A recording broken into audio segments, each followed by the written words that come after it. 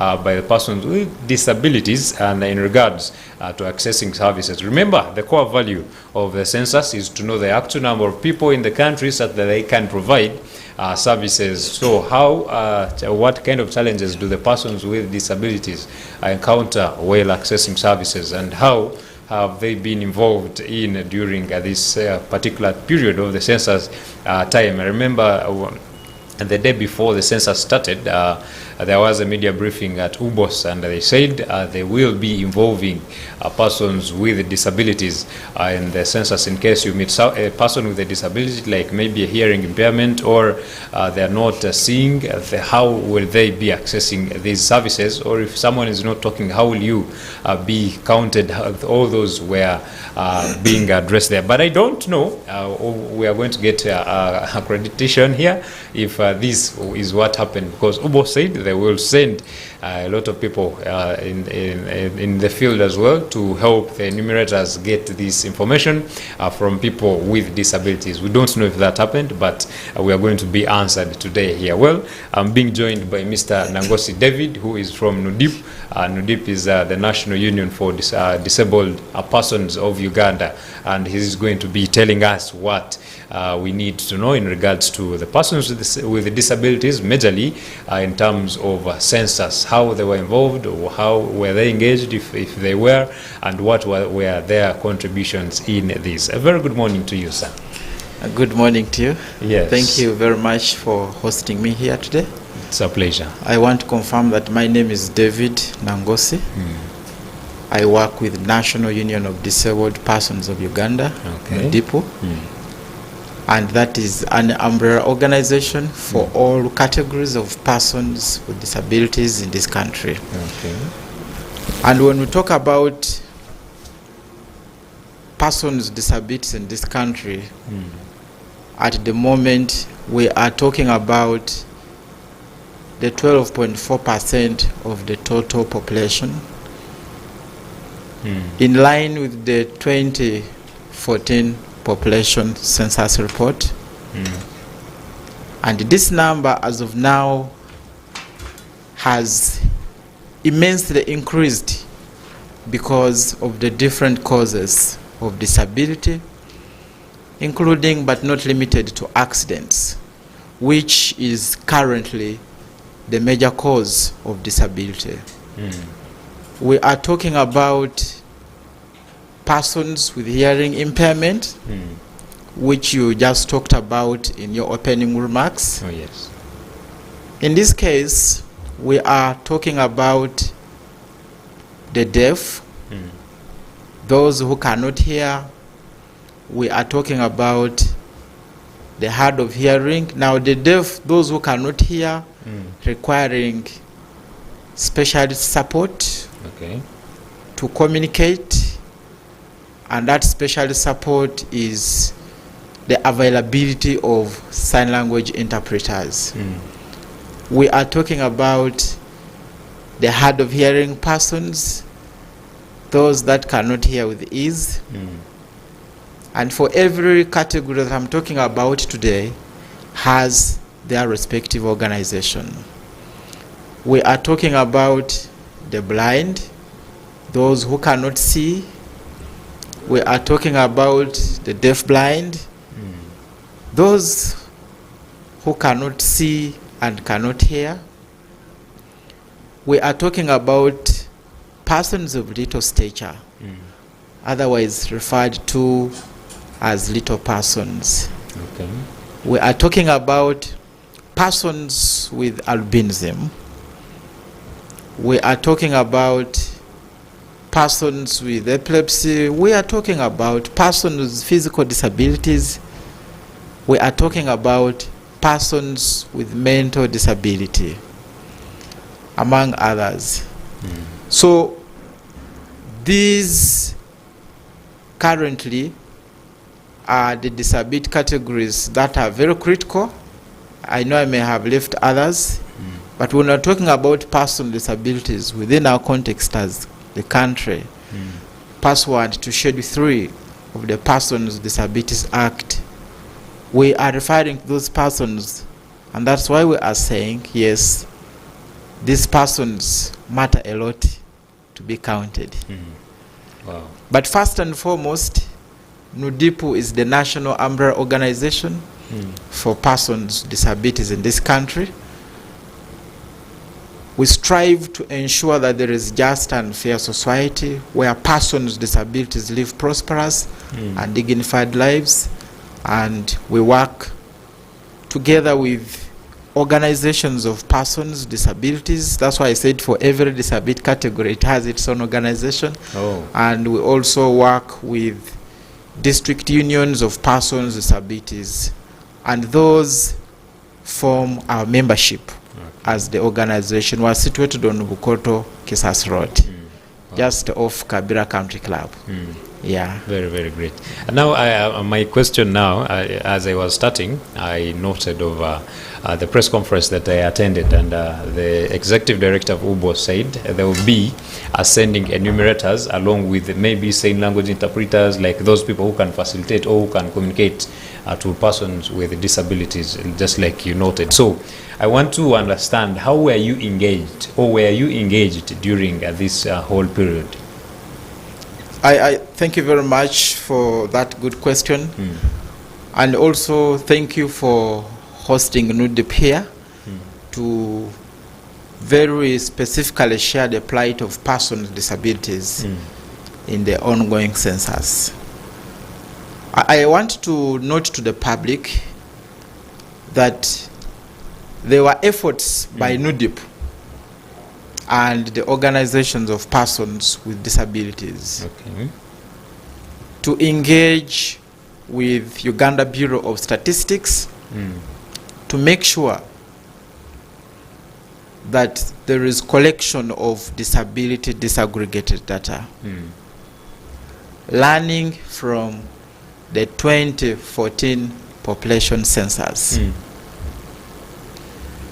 The 2014 population census, first of all, we noted that we did not pay due regard to it in terms of following up, and at the end of it all, some disability categories were left out, including but not limited to persons with albinism, persons of little stature, others referred to as little persons, among others. So we had to be very keen in the 2024 population census to make sure that the different disability categories are reflected on the national population census tool.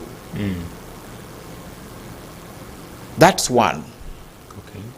So we had to do an engagement with UBOS on the enabling framework for the census.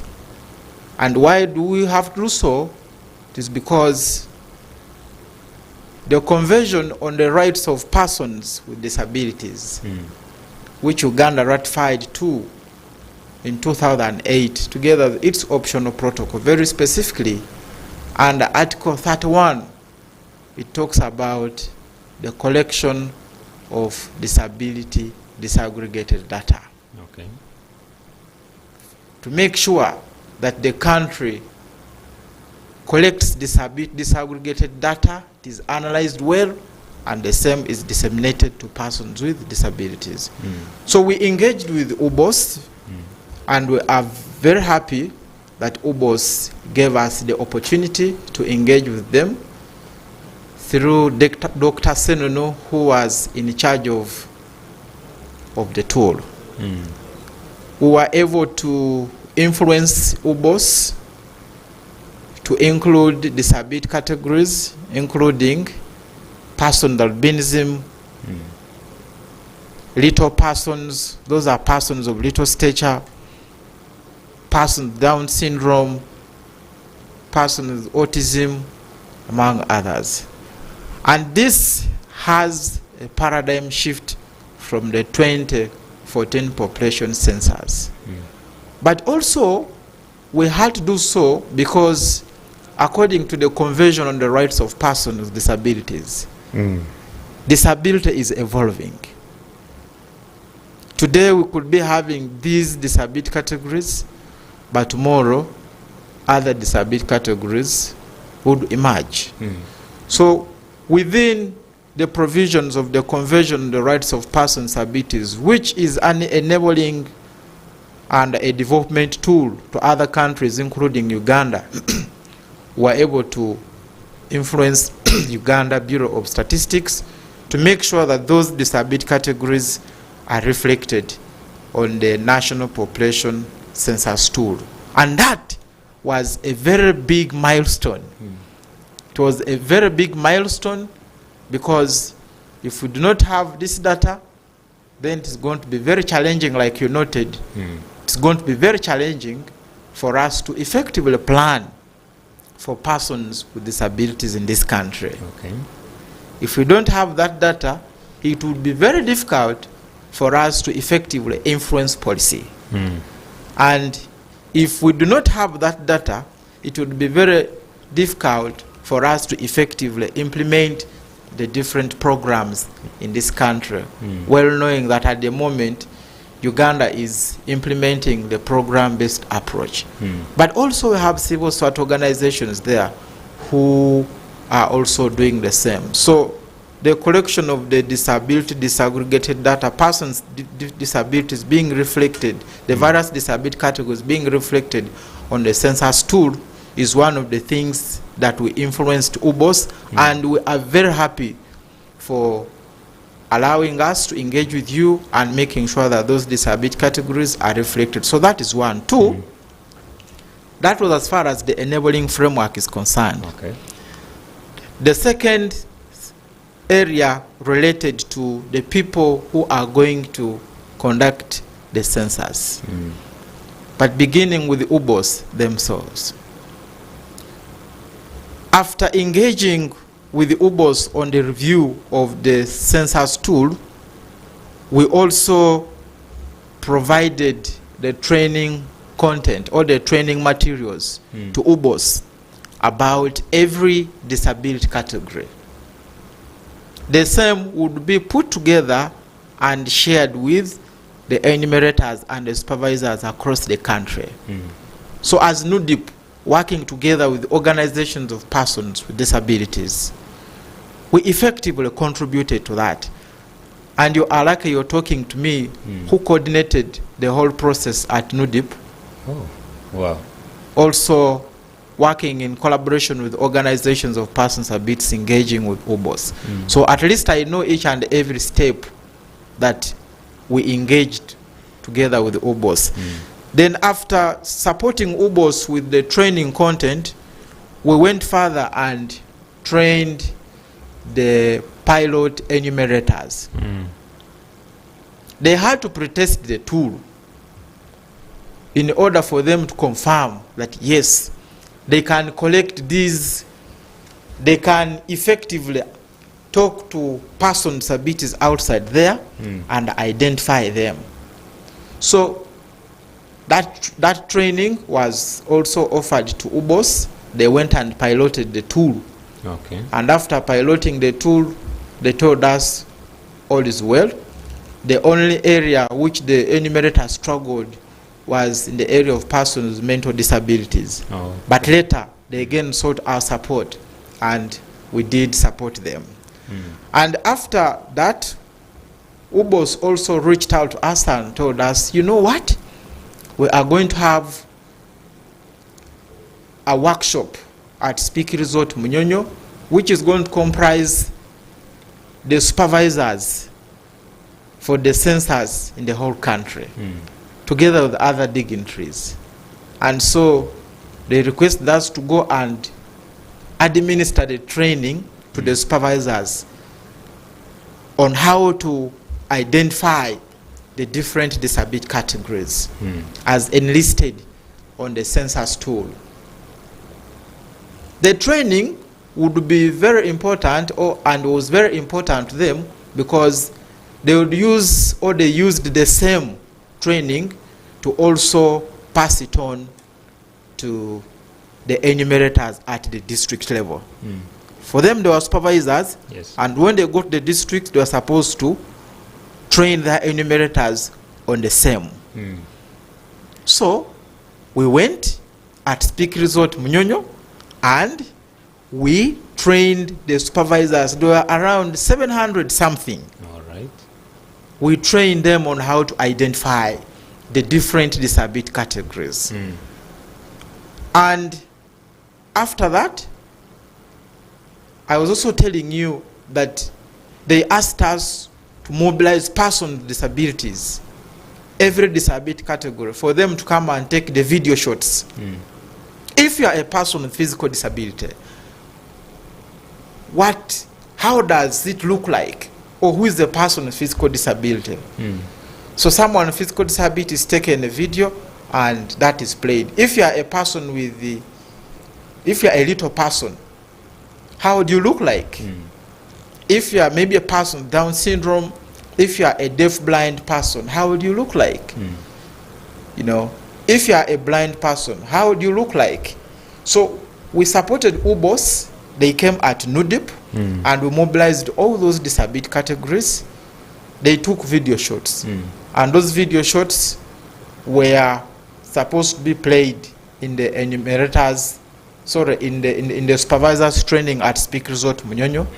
I was not there, but I was told they played them. Okay. And after that, we engaged with UBOS again and told them, now, we want to thank you. The census tool is okay. There is now going to be a problem. And the problem is, how are your enumerators going to interact with persons with hearing impairments in the country? Because we have different families that have persons with hearing impairments, and specifically those persons, there is no another person. So when we encounter that family, how are you going to engage with them? We told them that's going to be a very big problem. But how can we address it? We discussed and UBOS agreed that we are going to, UBOS gave us a responsibility of mobilizing sign language interpreters in the country for them to share, first of all, to apply, to show them a link to apply. They were supposed to have the relevant qualification, which was a diploma. But on top of that, being sign language interpreters, being proficient in sign language. You get my point? Yes, yes. The relevant qualification for the enumerators was a diploma. But now, for our case, one would be having a diploma, but would be having an added advantage. Okay. And the added advantage is knowing sign language. Okay. So they told us to mobilize sign language interpreters in the country who have that qualification, such that they share their details with us. And we got around 58 in the shortest time possible that they told us to mobilize. We got 58. And we shared. That's too little for the country. Yes, those are few, because there are still many. So we shared that detail with UBOS, and those sign language interpreters were supposed to go through the formal recruitment process. Okay. If I am, for example, from Bududa district or Mbale district, and I am in charge of the census for Mbale, I look through the people who have applied to be enumerators in Mbale, and I check on the list that I got from UBOS of the sign language interpreters, and I look at my list. Do I have this person here? So if I have that person, then I shortlist that person to appear for the interview. But on top of my mind, I know that there is an added advantage. Okay. So we engaged with UBOS in that line, and on a sad note, this is one of the things that we were not able to succeed with UBOS, and I know they have learned a lot from it. Okay. There was no formal recruitment of these sign language interpreters across the country to support families with interpretation. And these families are there and they are spread across the country. Yes, sure. And this has been one of the challenges that we are facing in the ongoing census. Okay. So, talking about the challenge of maybe these sign language interpreters, did you realize, because some during the census, again, we saw, is it the State Minister for Finance Planning and Economic Development, Amos Lugolovi, he also came out and said we had a challenge of sign language interpreters, but now we are going to send them out. Did that happen? So, it is good that you're talking with the right person. I am not sure how it has happened, but I am sure of the initiatives or the creativity that UBOS is having to support families or persons with hearing impairments. UBOS has been again reaching out to us as NUDIPU to support them with the identification of sign language interpreters. Okay. Especially in the districts where we did not get those sign language interpreters on the list that we shared. So we have been doing it. Okay. But also I learned from UBOS that when they come across a family which has person with hearing impairment, or if they come across a person with hearing impairment, their innovation was that enumerator informs the supervisor about that, and the supervisor makes arrangements with UBOS, I think at the headquarters, on how to support the engagements, on how to support, communicate with that person with hearing impairment or with that family which has persons with hearing impairments. Okay. So this I was told by James Muonge, the one in charge of statistical methodology, and also I have been receiving quite many phone calls from UBOS seeking support to enable them get those sign language interpreters.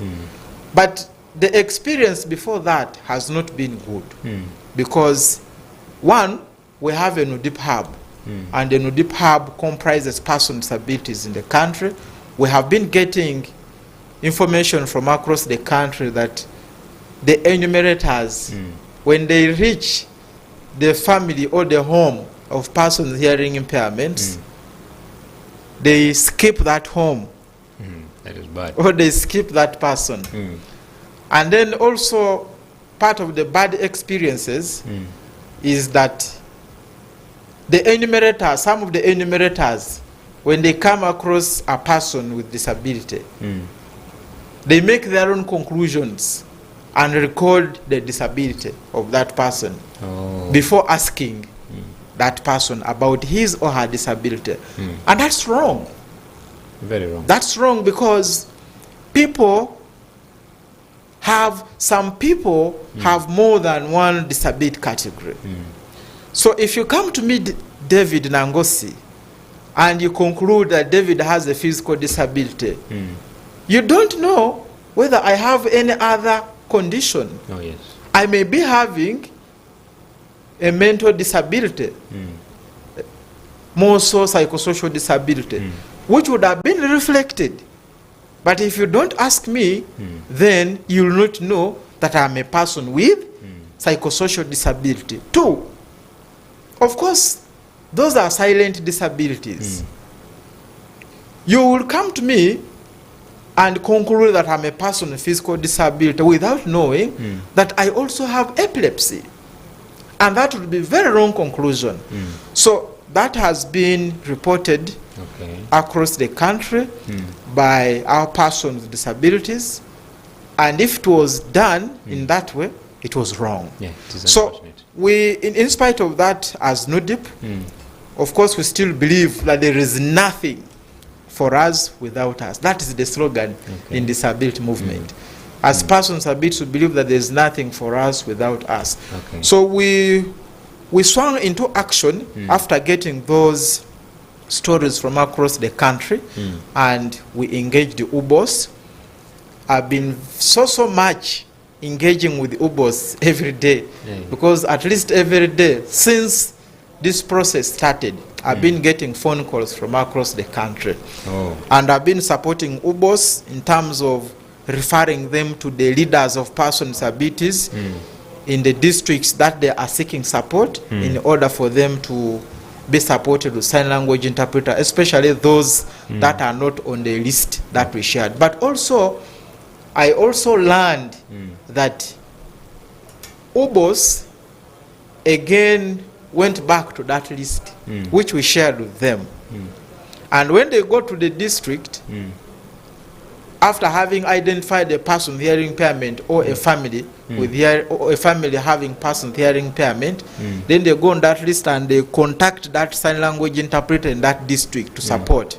Okay. You get my point? Yes, yes. So I also learned of that development. They were not recruited officials to participate in the whole enumeration process, but now they reached somewhere and they got stuck. So they had again to trace that list where it is, to engage or to seek support from those sign language interpreters. Well and good. At the end of it all, I think it enables them to interact, to speak or to communicate with persons with hearing impairments. Okay, so that has been the bad experience. Basically, two experiences that we have faced with UBOS. The recruitment of sign language interpreters in the process to enumerate, but also to offer sign language interpretation services. And also the other point is in regard to the visibility materials. Before the census started, we have been having a lot of promotional materials going on family TV, going on other TV platforms. Yeah, sure. But there has not been sign language interpreters on that promotion running, calling upon the public to prepare, participate in the process. When you're doing that video advert, you're supposed to have a person, a sign language interpreter, to interpret the message to the community of persons with hearing impairments, and more so the deaf. So those are the two significant things or areas that UBOS did not do well, on top of some of the enumerators making conclusions about the different disability categories, the persons that they are engaging. Maybe let me chip in about the location, because you said somehow, somewhere, someone would identify a household and then report to the supervisors, and then they find ways of going about that. Was there, apart from that kind of way, was there any other mechanism to know that this kind of this and this family, this and this location, there is a person with a disability, or it was just an abrupt thing? You fall into a household and you find the head is a person with a disability. One of the things when I was growing up, which my parents taught me, is not to tell lies. And I want to submit that the modus operandi of how they did that, I am not aware. I'm not so sure how they did it. So, but ideally, the right way would have been engaging with the local council leaders, because these know exactly where persons with disabilities are located in the village generally, but also the disability structures are there. And we credit government so much for putting in place structures of persons with disabilities. We have leaders of persons with disabilities from the grassroots, beginning from the village up to the national level in parliament. So one way that the enumerators would have used to effectively identify persons with hearing impairments in the different households would have been working together with the leaders of persons with disabilities at village level and even those at parish level. Because our leadership structure, these councillors at district level, the male and female councillors, they are elected in a way that people are pushed from the village parish, sub-county, up to the district. So when you go to the village, we have the representatives of persons with disabilities, male and female, in every village. When you go to the parish, it is still the same. When you go to the sub-county, it is still the same. So that ought to have been one of the mechanisms that should have been made use of by OBOS, but also the chairpersons of these villages would also have been another way that OBOS would have maximized. Okay. Yeah. So that ought to have been the practice. Okay. A very interesting discussion here with Mr. David Nangosi, and we are accessing, or we are delving into what transpired during, what is transpiring, or what has so far happened during this particular period of the national census, where persons with disabilities included. Yes, they were included, but some bit of challenges therein, just like he was telling us. We are going in for a very short break and return with the discussion. Issues at hand, powered by Protea Hotel by Marriott Entebbe. Comfort and luxury at its best.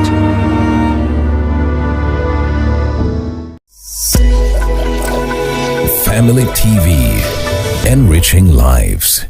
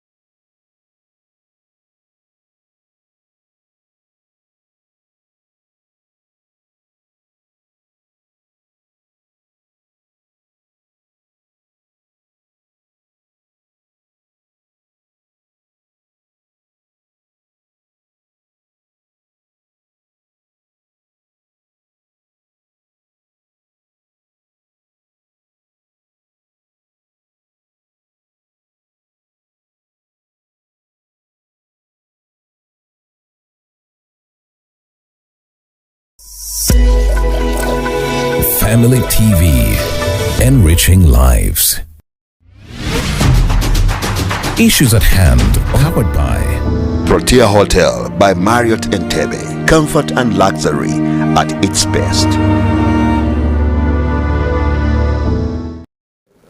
Yes, welcome back. You're still watching Issues at Hand, and we are discussing vital information regarding the census, how the persons with disabilities in the country were included. Yes, Protea Hotel by Marriott Entebbe is gearing this discussion. So please contact them and, of course, have interesting services for any sort of event or any outing you would love to have. So I'm still here with Mr. Nangosi David from NUDIPU, and we are discussing the challenges encountered during the census, but also during access to services by the persons with disabilities. So, if you are paying attention, he has given us a very, very important information regarding what transpired. So I want us to now find out what are the key learnings in regards to this census so far. Thank you very much. We, having followed the process very critically and having participated in the census process very critically, there are key learnings on the part of UBOS and then key learnings on the part of NUDIPU or on the side of NUDIPU. Okay. But the parting shots are, one, as NUDIPU, we need to continue strengthening engagement with UBOS. It is very critical for us from time to time in another census and in other surveys, we need to continue collaboratively working with UBOS to making sure that the statistics of persons with disabilities are reflected. Okay. And then two is, as NUDIPU, we've been mobilizing persons with disabilities across the country to participate in the census process. One of the key learnings that we have noted is that we need to continue mobilizing persons with disabilities to continue participating in the census process, because it has not ended. I think they said up to Saturday this week with that extension. And also in other future endeavors, we also need to do the same. Then the other key learning we have noted is the follow-up mechanism. I want to tell you that NUDIPU has been consistently following up with Uganda Bureau of Statistics about the sign language interpreters. We have followed up quite many times with the UBOS on recruitment of sign language interpreters. Unfortunately, this was not a success, but that means that we should not lose hope. The other key learning on behalf of UBOS is that now that they have discovered the importance of NUDIPU in this whole process, in the subsequent processes, the upcoming census, which shall be, I think, 2034, 34, yes, they should engage with NUDIPU and organizations of persons with disabilities right from the beginning. It is a legal imperative in the Convention on the Rights of Persons with Disabilities for state actors or government agencies to strengthen collaboration, to strengthen consultation with organizations of persons with disabilities in whatever that they are doing. It is because of the fact that there is nothing for us without us. And if you are implementing the sustainable development agenda, yet again, no one is supposed to be left behind. Sure. So if you do not prioritize consultation with organizations of persons with disabilities, then persons with disabilities are going to be left behind, especially in the ongoing process. So that is one thing which I vividly see UBOS should do when it comes to conducting other surveys in future. And The other area that I see UBOS should work on in the future as a key learning is prioritizing the recruitment of sign language interpreters to be the enumerators. Okay. Because why? This is helping you because you are looking out for someone who has a diploma. That is your relevant qualification. You have come to me, David Nangosi, I have my diploma. But on top of that, I know sign language. So I am your added advantage in the work that you are doing. So that I know UBOS seem to have learned a very big lesson on it. And next time, I want to believe they are going to prioritize the recruitment of the sign language interpreters. And also, next time, I would like to believe that again UBOS will fast track the processes that we engaged with them in this census. Okay. All those ones to make sure that in the upcoming census or other surveys, they still do the same to persons with disabilities. I am really very happy with them about how they engage with us and how we engage with them only for those two things. But the other key learning also is in the visibility materials. For whatever they are doing, if they are mobilizing the public and any other government agency, for whatever visibility materials that are put on the TVs, it is very critical that sign language interpreters are reflected in those video adverts. That largely benefits the community of sign language interpreters. So among others, those are some of the things that in my wisdom I think are the key learnings in the ongoing census, arising from our engagement with UBOS and arising from the engagements by UBOS with NUDIPU and organizations of persons with disabilities. Okay. And also talking about this census, what do you think is the importance? What is the key importance of having this data for persons with disabilities? Wow. I think that's a very good question. Okay. And that's why at the beginning I said that persons with disabilities matter to be counted. This census plays a big role in the lives of persons with disabilities. I want to provide context to it. When you hold meetings with ministries, departments, and agencies, and you push them to include persons with disabilities, they say that one of the challenges that they face is they do not have disability disaggregated data. Okay. And as a rejoinder, NUDIPU has been involved in advocacy for disability inclusion in planning and budgeting.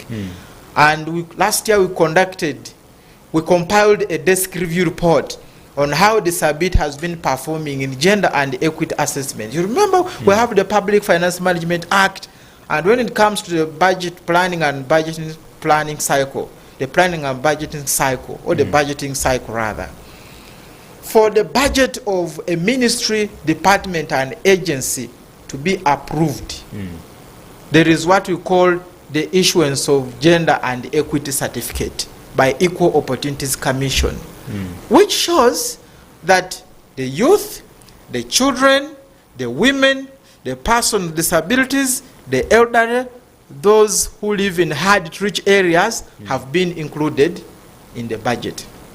But persons with disabilities have not been doing well when it comes to planning and budgeting by ministries, departments, and agencies. And when we compiled the desk review report from the reports that EOC has been publishing, one of the reasons for government, ministry, departments, agencies not prioritizing persons in budgeting is because of lack of disability disaggregated data.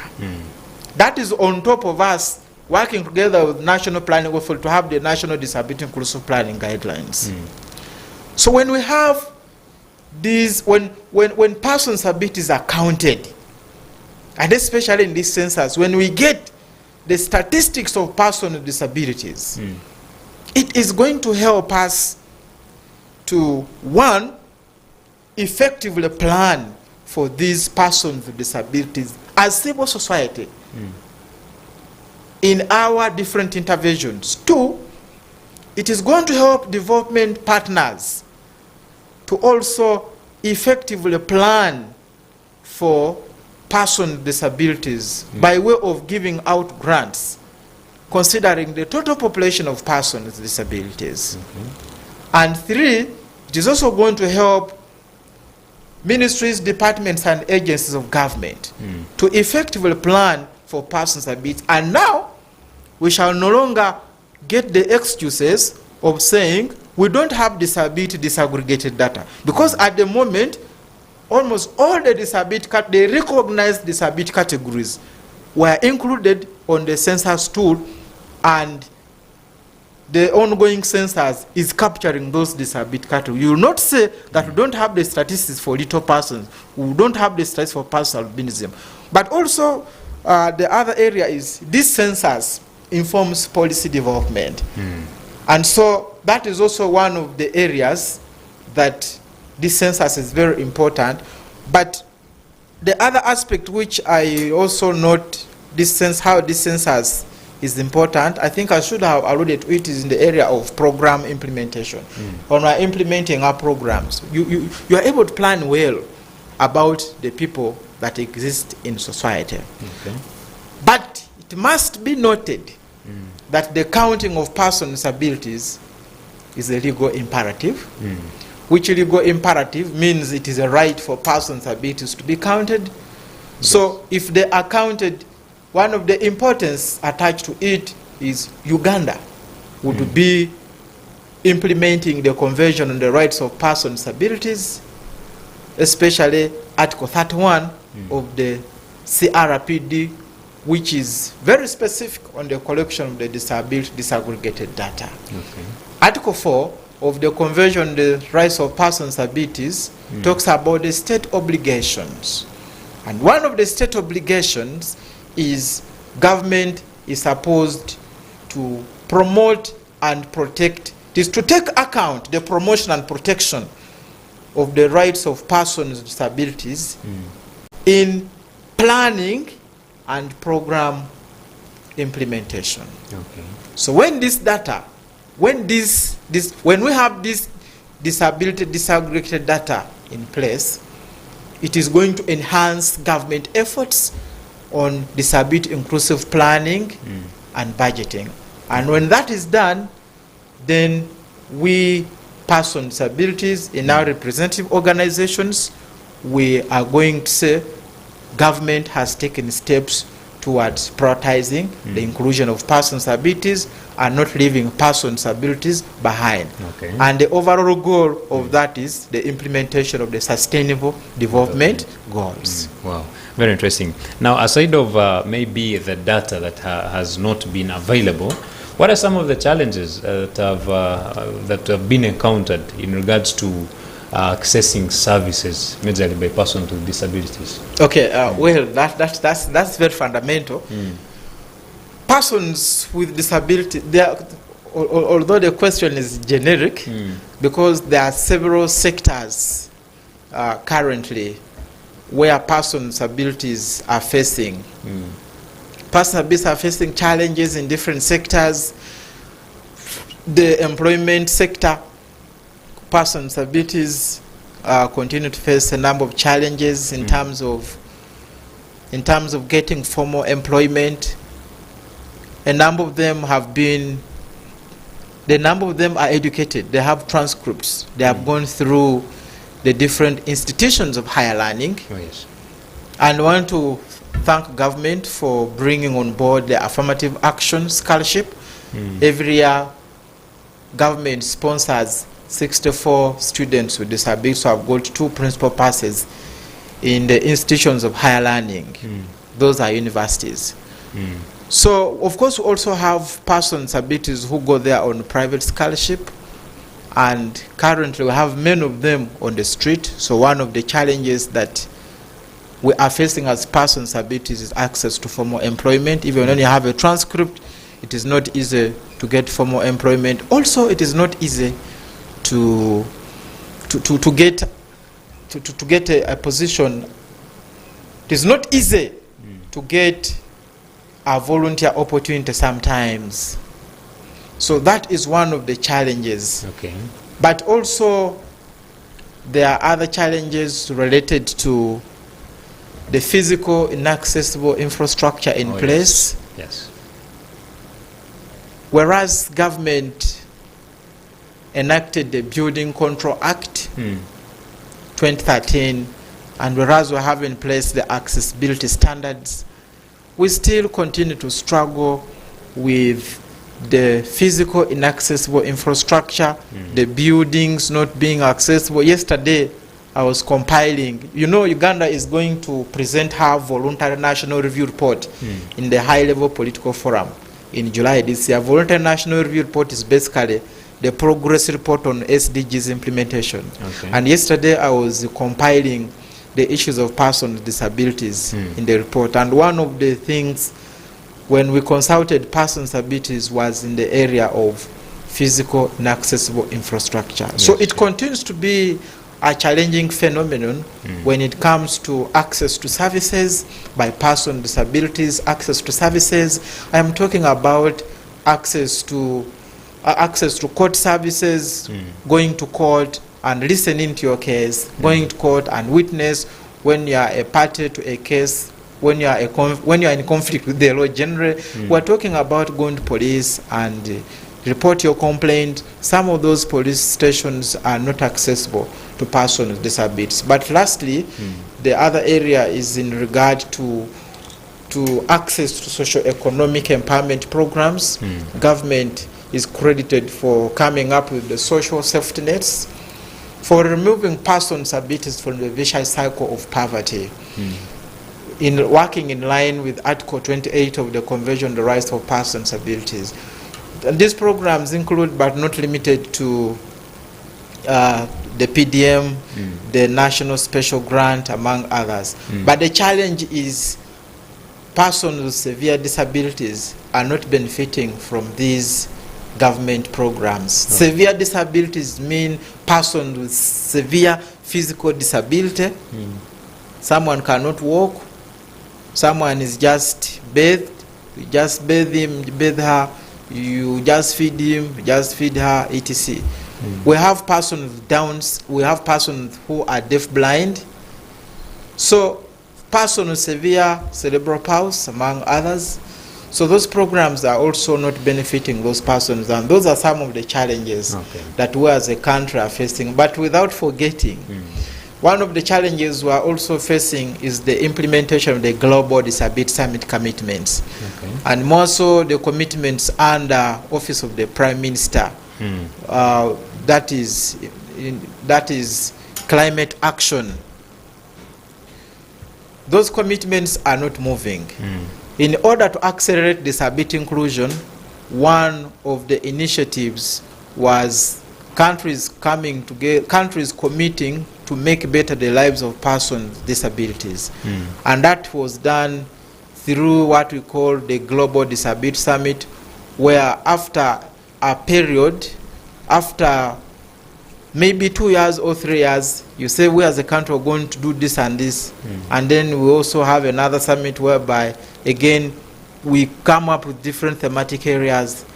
So that was a very good initiative, but we are noting that there is slow implementation on the implementation of the Global Disability Summit commitments, and I would like to use this opportunity to call upon the state actors, Office of the Prime Minister and other agencies, including public service, to make effort, to have deliberate effort in the implementation of the Global Disability Summit commitments. If that is done, then persons with disabilities welfare is going to be enhanced, and these at the end of it all are going to be part and parcel of the sustainable development agenda when the Global Disability Summit commitments are implemented by the different state actors responsible for implementing them, which are Ministry of Education, which are OPM, which are Ministry of Gender, which are Public Service, among others. Okay, very, very interesting. We truly, truly appreciate that you have given us this very important information in regards to, first of all, the challenges encountered during the population census, and also the challenges encountered as persons with disabilities they face during accessing services. We truly appreciate you, and of course, we hope to be with you any other time once called upon. Yes, we have been discussing the challenges encountered by persons with disabilities, and of course this is when accessing services, and yes, we are powered by Protea Hotel by Marriott in Entebbe, and surely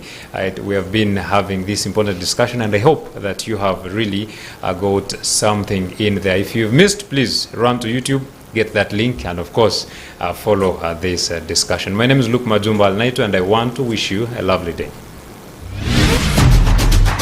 Issues at hand, powered by Protea Hotel by Marriott Entebbe. Comfort and luxury at its best.